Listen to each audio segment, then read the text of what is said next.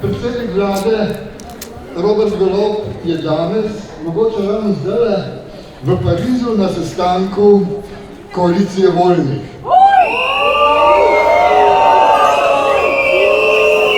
Hkrati je pa njegov kabinet izdal sporočilo, da se Slovenija ne bo pridružila koaliciji voljnih.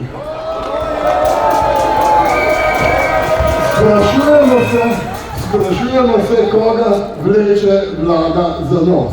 Makrona ali mogoče nas? Verjetno veste odgovor. Mi, kot je bilo rečeno, mi zahtevamo samo to, da se vlada ravna po slovenski ustavi, ne pa po ukazih birokracije Evropske unije.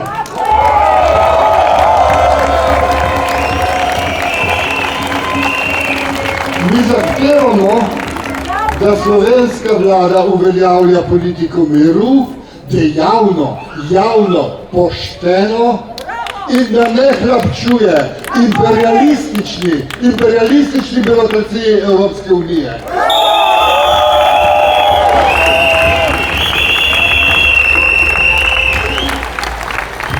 Imperialistična birokracija Evropske unije ni naredila nič, da ustavi genocid nad Palestinkami in Palestini.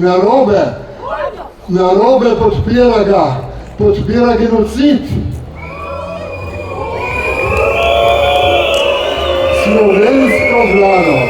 Slovensko vlado pa ustava, pa ljudstvo Slovenije obvezuje, da prepreči, da ustavi, da naredi vse v svoji moči, da zaustavi genocid in okupacijo Palestine. Zato zahtevamo, da slovenska vlada, da podjetja, univerze, da vse organizacije pretrgajo sodelovanje z Izraelom.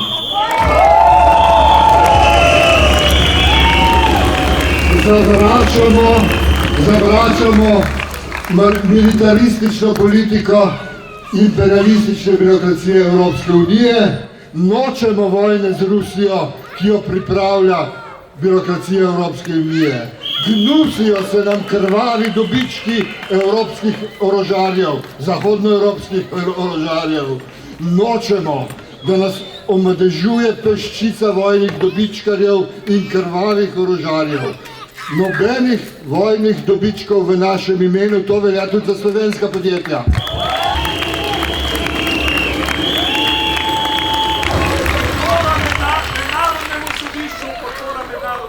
Podporo mednarodnemu sodišču za vojne zločine v Hagu, tako je. Naj končam, ne gremo na vzhodno fronto, raje gremo ven iz NATO pakta.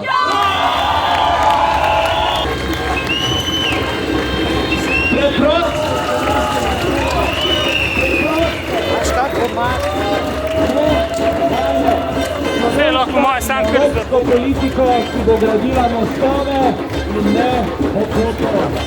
Prosto!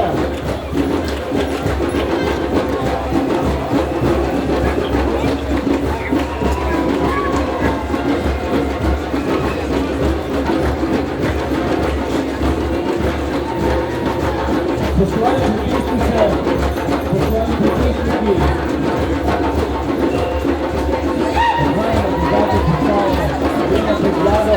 da se mi povemo, kaj se mi čuje.